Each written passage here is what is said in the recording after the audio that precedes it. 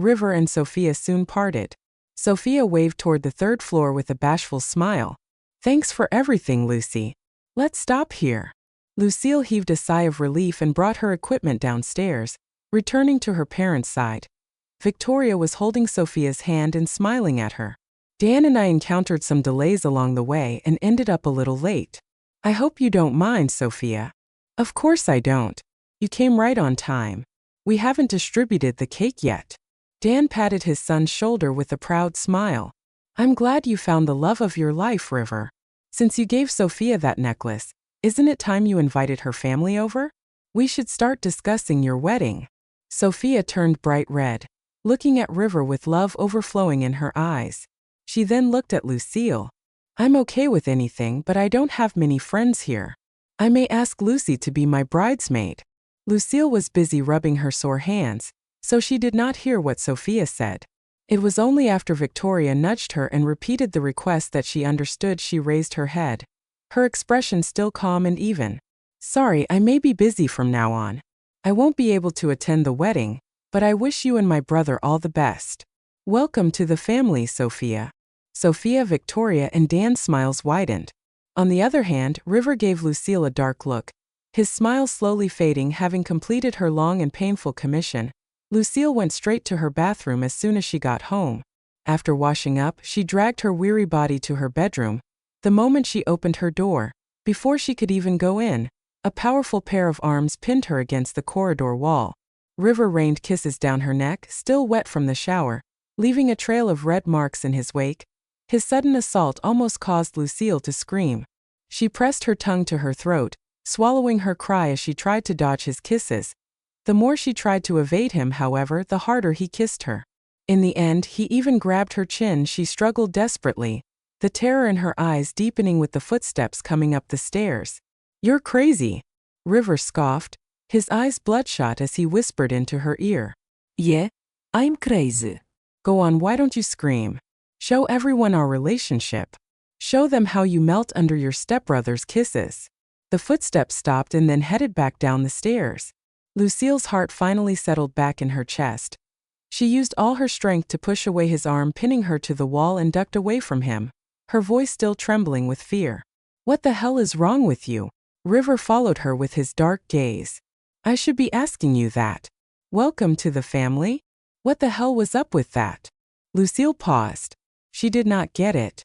He only approached her to get revenge, so why was he bothered by something so trivial? What's wrong with me saying that? You two are getting married, aren't you? You even kissed in front of me. Lucille Shaw. I told you we're just acting. I only kissed Sophia because I saw our parents. He seemed to be actually angry now, his tone brash and harsh. Lucille could not tell if he was just pretending. Even so, she instinctively believed he was still acting, so she nodded. Yes, I know. You're an amazing actor. So when was this show going to end? He had already broken her heart. Wasn't that enough? Lucille did not say the rest out loud. She just blinked, the tears she had been holding back spilling forth. She was too tired to continue this charade with him anymore. Why wouldn't he let her go? Her words and sudden tears caused River to panic. In the 4 years they had been together, he had never seen Lucille look so helpless and upset, and no matter what happened before this, she would only ever smile brightly at him, because she never wanted him to think she was losing faith in their love. He did not know what exactly had happened, but he still hugged her on instinct. I'm sorry, sweetie. Don't cry, I shouldn't have done that. I only lost control because you welcomed her into the family. After that, he tried to kiss her again.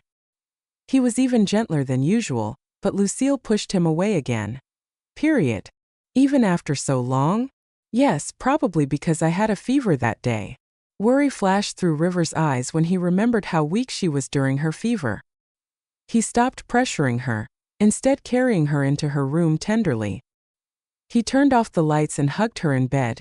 Lucille was too tired to keep her eyes open. She fell asleep as soon as her head hit the pillow. River stared dazedly at her peaceful sleeping face under the night lights. A bunch of messy memories ran through his head. It was only at 3 in the morning that he finally brushed a tender kiss on her forehead and drifted off to sleep. The curtains were not drawn. The morning sunlight woke River up. Lucille was still fall asleep next to him. She turned slightly, and his numb arm began to feel sore. River opened his eyes and saw that the clock showed 9 in the morning. He was stunned. Why didn't his biological clock wake him this time? The family always had breakfast at this hour, so he quickly leaped out of bed. He opened the door, planning to creep back to his room. However, he had barely taken a few steps before Victoria appeared at the stairs. She froze when she saw him coming out of her daughter's room in his pajamas. River! River could not help but look at his messy clothes. His heart was about to leap out of his chest. Victoria was starting to put 2 and 2 together. Her expression turned stern. River, why were you coming out of Lucy's room? River had just woken up, and his brain was malfunctioning. Just as he was at a loss on how to explain, the door suddenly opened behind him. Lucille appeared, properly dressed. She looked at the two of them calmly. Morning, Mom. Thanks for waking me up for breakfast, River. So it was all a misunderstanding. Victoria's heart settled back in her chest, and she waved at her children. Well, hurry up and come down for breakfast. Okay. Lucille quickly walked to her mother's side and held Victoria's hand as they went down the stairs. After that, though, she froze. Sophia was sitting at the table, waving at her with a smile. Louis. I'm here to discuss the wedding with River. I hope you don't mind. Victoria replied with a smile before Lucille could say anything. What are you talking about, Sophia? Lucille is River's sister. And you're his girlfriend. Why should she mind when you're discussing your wedding? She then gave Lucille a look. Lucille understood. From now on, she was just his sister. Why should she mind? She sat at the dining table and listened as Sophia bugged River about their wedding. River, how about a garden wedding? Or should we get married at the beach? Do you want a diamond ring? Or do you like any other gems? Lucille focused fully on her breakfast. She did not look up, nor did she pay attention to River's replies.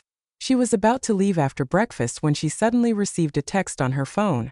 It came with a $20,000 transfer from Sophia. Lucille looked up just in time to see Sophia's provocative smirk. The text that came with the transfer read, I really like the pictures you took yesterday, especially the one of the kiss.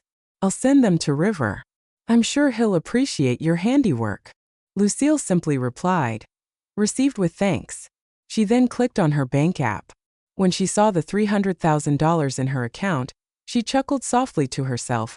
While the rest of the family was still engrossed in their discussion, Lucille went upstairs, got changed, and then called a cab outside. She had invited her besties out for a farewell luncheon. If she did not leave soon, she would be late. In the end, Lucille arrived at the cafe at exactly 12 o'clock. Her besties crowded around her looking lonely. Are you really going abroad, Lucy? For how long? Will you come back? Yeah, I'll be studying for 3 years. After that, I plan to find a job in London and stay there, so I probably won't be coming back. The other 3 girls were surprised. Then what about your brother? He'll stay here while you'll move to London? Weren't you planning to get married? She had told them all about their relationship. It was too big a secret to keep to herself, so she confided in her most trusted friends. In response to their question, she just pursed her lips and said, I've given up on him. I don't like him anymore. She made it sound easy, but her friends knew how much she had struggled internally over the years. Although they did not know why she changed her mind so suddenly, they were still all on her side. Good, I'm glad you broke up. Now you don't have to worry about breaking your mother's heart if she finds out. Yeah, and there are plenty of hot guys in England. You're sure to find someone. I've never been there before, so you gotta film a lot of videos when you get there. I want to feed pigeons in Trafalgar Square too. Their lively chatter gradually put a smile on Lucille's face. Yeah, she was starting a new phase of her life very soon.